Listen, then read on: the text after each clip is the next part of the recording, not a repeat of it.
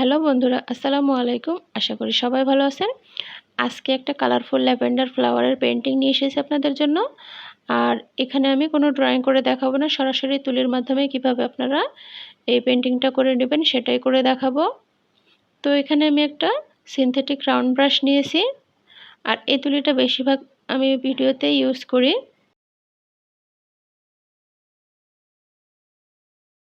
তো আমি তুলির মাথায় একটু করে রং নিয়ে জাস্ট এভাবে টান দিয়ে নিচ্ছি।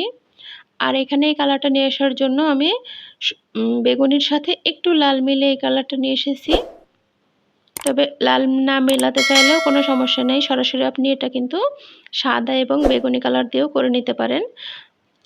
আবার একটু কালারফুল করার জন্য কোথাও একটু লাল দিলেন বা কোথাও একটু পিঙ্ক কালার দিলেন।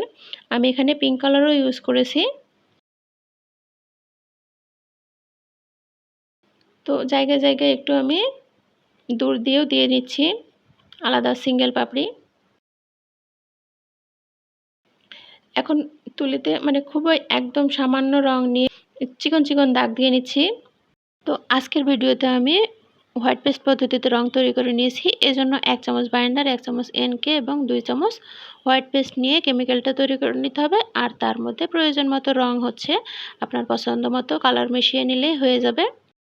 এছাড়াও আপনি চাইলে কিন্তু এটা অ্যাক্রিলিক ফেব্রিক কালার দিয়েও করে নিতে পারেন। বেগুনের উপর দিয়ে আমি আবার একটু সাদা রং দিয়ে নিচ্ছি। তো এভাবে আমি ফ্লাওয়ারটাতে একটু ভেরিয়েশন নিয়ে আসার চেষ্টা করেছি। আমি সেকেন্ড ফুলটাও ঠিক একইভাবে এঁকে নিচ্ছি। তো এটা কিন্তু সম্পূর্ণ আপনার ইচ্ছে যে আপনি এটাকে কালারফুল করবেন নাকি শুধু বেগুনি কালার দিয়েই করবেন, বেগুনি এবং সাদার কম্বিনেশনে।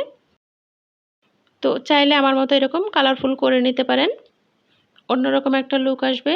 আর এই রকম ফুল দিয়ে যদি একটা সাদা শাড়িতে পেইন্ট করেন, অনেক সুন্দর একটা লুক আসবে, দেখতে খুব ভালো লাগে। এছাড়া চাইলে কিন্তু যে লেহেঙ্গাগুলা পরে না, অর্গানজার লেহেঙ্গা, সেখানেও কিন্তু এরকমভাবে পেইন্ট করে নিতে পারেন। তো অনেকেই কিন্তু লেহেঙ্গা পরতে পছন্দ করেন, তো চাইলে কিন্তু এভাবে আপনারা পেইন্ট করে নিতে পারেন, দেখতে খুব সুন্দর লাগবে। নিচের দিক দিয়ে গাছ দিয়ে দিলেন পাতাসহ, আর তারপরে উপর দিকে একটু মাঝ বরাবর আর কি ফুলের শেপটা নিয়ে আসবেন, তারপরে এরকম ফুল করে নেবেন, দেখতে খুব সুন্দর লাগবে। তো এখানে আমি টোটাল 3টা ফুলের শেপ নিয়ে এসেছি। আর হ্যাঁ বন্ধুরা, আমার ভিডিওগুলো আপনাদের কাছে কেমন লাগে সেটা কিন্তু কমেন্ট বক্সে জানাতে পারেন। আর যারা আমার ভিডিও দেখতেছেন কিন্তু চ্যানেলটি সাবস্ক্রাইব করেননি, প্লিজ আমার চ্যানেলটি সাবস্ক্রাইব করে পাশেই থাকবেন, যেন নিত্য নতুন ভিডিও দেওয়ার সাথে সাথে সেটার নোটিফিকেশন আপনাদের কাছে পৌঁছে যায় এবং আপনাদের প্রিয় ফুলটির ভিডিও দেখে নিতে পারেন। চাইলে কিন্তু সেটা আপনার পছন্দনীয় কাপড়েও পেইন্ট করে নিতে পারেন। তো এখানে দেখুন আমি যে ফুলের শেপগুলো নিয়ে এসেছি তার উপর দিয়ে আবার কিছুটা সাদা রং দিয়ে নিচ্ছি। এবার এখানে আমি গাছ দিয়ে নিচ্ছি। আর গাছের শেপ দেওয়ার জন্য এখানে আমি সবুজ রং দিয়ে করে নিচ্ছি।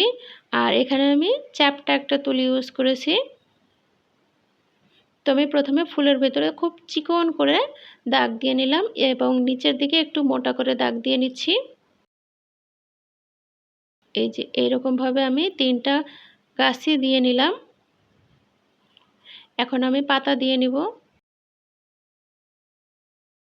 তো পাতা দেওয়ার জন্য খুবই একদমই তুলির মাথায় দিয়ে রং নিয়ে জাস্ট এভাবে গাছটার কাছ দিয়ে বসিয়ে জাস্ট একটু উপর দিকে ঘুরিয়ে আবার একটু অ্যাঙ্গেল করে দিলে খুব সুন্দর পাতার মতো শেপ চলে আসতেছে।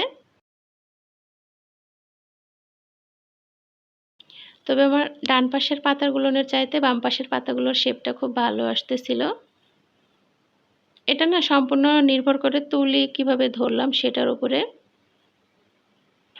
তো আমি বারবার চেষ্টা করেও আমি ডান পাশের পাতার শেপটা পারফেক্ট করে আনতে পারতেছিলাম না।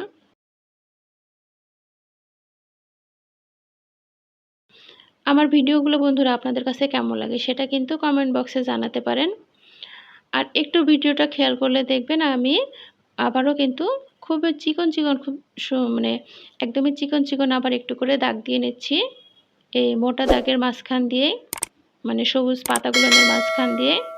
এবং ফুলের যে বাইরের দিকে ফুলের যে পাপড়িগুলো আছে সেটার সাথে একটু করে সবুজ মিলিয়ে দিচ্ছি। তো আমার ভিডিও প্রায় শেষের দিকে। এতক্ষণ কষ্ট করে ভিডিওটি দেখার জন্য আপনাদেরকে সবাইকে অসংখ্য ধন্যবাদ। আর যারা চ্যানেলটি সাবস্ক্রাইব করেননি প্লিজ চ্যানেলটি সাবস্ক্রাইব করে পাশেই থাকবেন।